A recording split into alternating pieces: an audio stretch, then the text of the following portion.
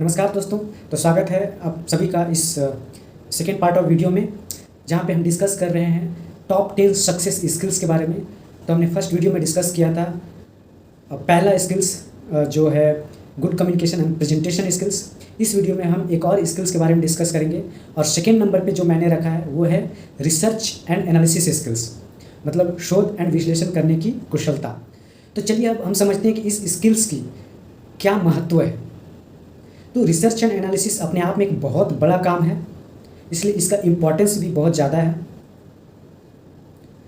हम जो भी देखते हैं किसी भी देश में या कहीं पे भी जो भी नए टेक्नोलॉजी का जो आविष्कार होता है या डेवलपमेंट होता है, नए प्रोडक्ट के जो आविष्कार होते हैं, साइंस में, मैथमेटिक्स में या किसी भी सब्जेक्ट में जो नई नई कॉन्सेप्ट आते हैं, थ्योरी आते हैं या प्रिंसिपल, वो सारी चीज़ रिसर्च एनालिसिस की वजह से ही आते हैं। या फिर नई दवाइयाँ हो, किसी बीमारी का इलाज हो, ये सारी चीज़ें इसी रिसर्च एंड एनालिसिस की वजह से ही होते हैं।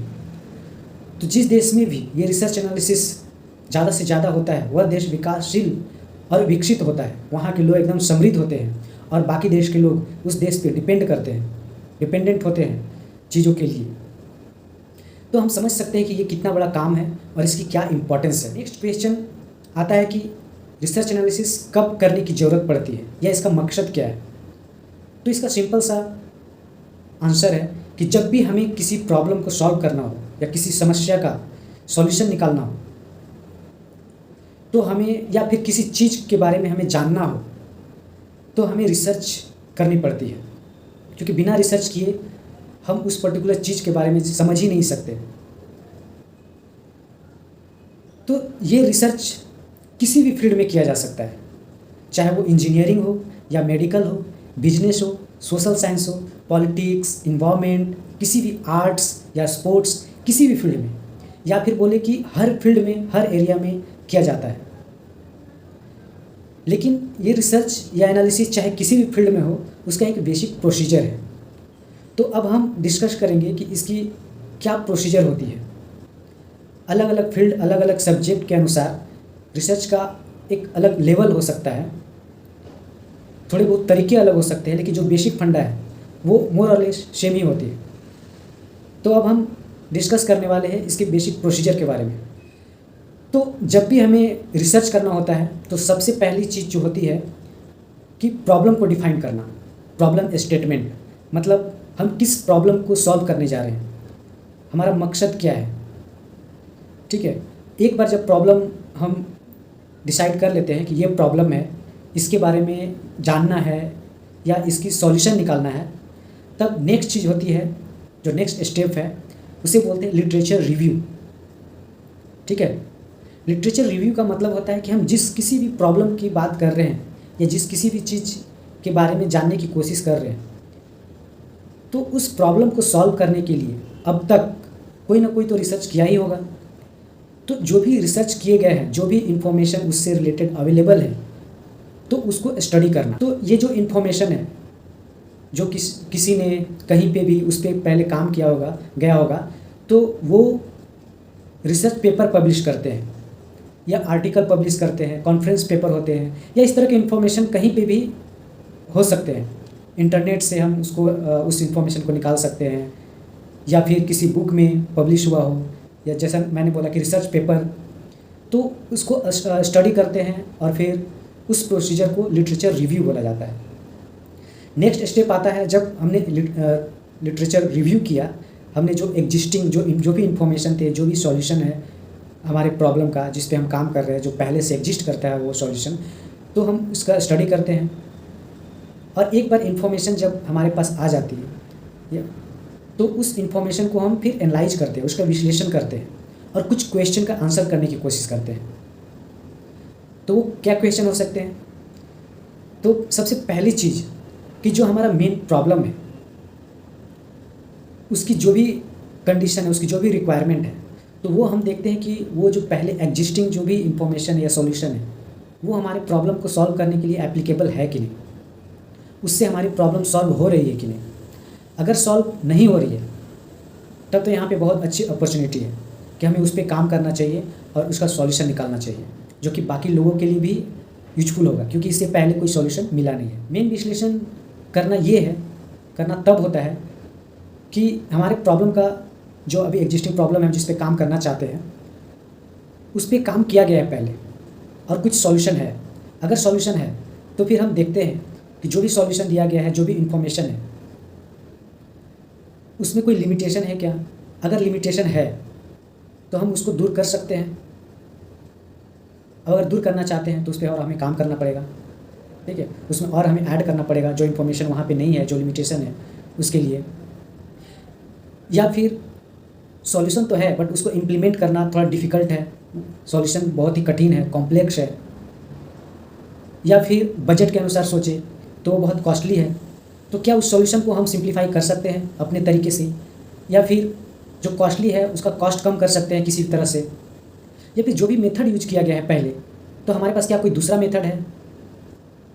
तो ये सारी चीज़ें हम विश्लेषण करते हैं लिटरेचर रिव्यू करने के बाद, और एक निष्कर्ष पर पहुंचते हैं कि हमें आगे इस पे काम करना है कि नहीं करना है, और जब करना है तो इस पर क्या करना है। क्या पहले वाले सॉल्यूशन जो भी दिए गए उसमें कुछ इम्प्रोवाइजेशन करनी है, उसकी कुछ लिमिटेशन है उसको दूर करना है, या फिर जो हमारा जो प्रॉब्लम है, जो मेन कंडीशन है हमारे प्रॉब्लम का, वो कंडीशन उसमें कंसिडर नहीं किए गए हैं, तो हमें उस अपने प्रॉब्लम के लिए जो रेफरेंस जो पहले काम किया जा चुका है उसका रेफरेंस लेके आगे काम करना पड़ेगा। तो ये हम डिसाइड करते हैं। तो हमारे प्रॉब्लम की अगर कंडीशन है, जो भी रिक्वायरमेंट है, वो अगर कंसिडर नहीं की गई है अब तक की जो भी काम हुए हैं, तो फिर वहाँ पे एक केस बनता है कि हमें अपनी कंडीशन के अनुसार अपनी जो बाउंड्री कंडीशन है या इनिशियल कंडीशन है, रिक्वायरमेंट है, उसको लेकर के आगे उस पर काम करना है। जब हम इस निष्कर्ष पे पहुंच गए कि अब हमें करना क्या है, तो यहाँ पे सब्जेक्ट और एरिया के अनुसार इसके बाद का काम थोड़ा अलग अलग हो सकता है। जैसे अगर मैथ साइंस से रिलेटेड है, इंजीनियरिंग से रिलेटेड है हमारा प्रॉब्लम, तो या तो हम मैथमेटिकल इक्वेशन के थ्रू सॉल्व कर सकते हैं, मतलब अपने प्रॉब्लम को डिफाइन करते हुए उसका एक मैथमेटिकल इक्वेशन बनाते हैं। वो इक्वेशन सारे पैरामीटर को कंसीडर करता है जिससे वो हमारा प्रॉब्लम अफेक्ट होता है या जिस पे हमारा सॉल्यूशन डिपेंड करता है। और दूसरा मेथड हो सकता है कि एक्सपेरिमेंटल मेथड, कि हम डायरेक्ट हमारा जो भी प्रोडक्ट है या जो भी कंडीशन है उस पर हम अलग अलग टेस्ट के लिए एक्सपेरिमेंट करें और उसका रिजल्ट्स निकालें, फिर उस रिजल्ट्स को एनालाइज करें। या फिर दोनों मेथड हो सकते हैं साथ में, क्योंकि मैथमेटिकल इक्वेशन सॉल्व करने पे जो भी हमारा सॉल्यूशन आ रहा है उसको हम एक्सपेरिमेंट करके उसको वेरीफाई करते हैं, वैलिडेट करते हैं। यही एक बेसिक प्रोसीजर है।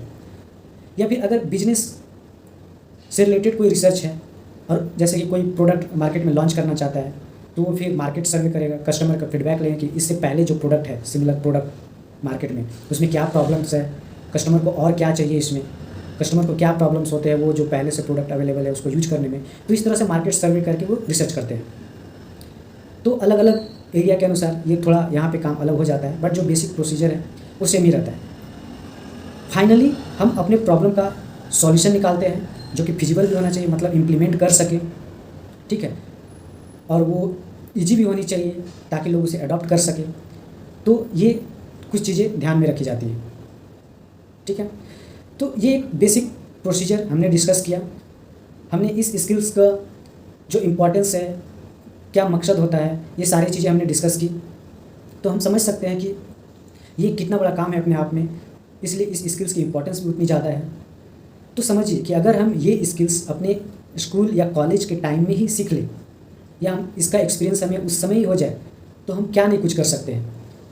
मन चाहा जॉब पा सकते हैं, या फिर अगर खुद का भी अपना कुछ करते हैं तो उसमें हम बहुत अच्छा कर सकते हैं।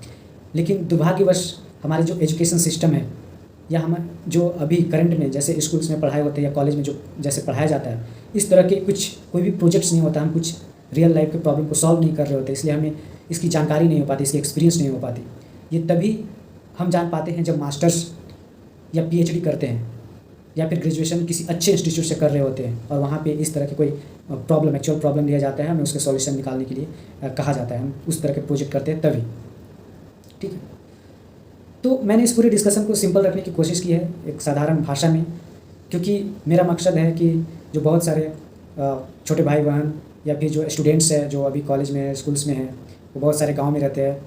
मेरे भी गाँव के बहुत सारे ऐसे स्टूडेंट्स हैं, मजबूरी है कि मैं अपने गाँव में नहीं रह पाता, तो एक कोशिश है कि उन तक भी ये पहुंच पाए, इसलिए मैंने इस डिस्कशन को सिंपल रखा है। लेकिन अगर आप डिटेल में डिस्कस करना चाहते हैं, अगर आप किसी भी तरह के रिसर्च एनालिसिस कर रहे हों और उसको डिस्कस करना चाहते हैं, उसमें किसी भी तरह के हेल्प आपको चाहिए, तो आप कमेंट्स कर सकते हैं या फिर मेरे को ईमेल या फिर व्हाट्सअप कर सकते हैं, क्योंकि एक मेरा इंजीनियरिंग बैकग्राउंड है और उस तरह का एक नेटवर्क बना हुआ है जहाँ से हेल्प करने की कोशिश कर सकते हैं।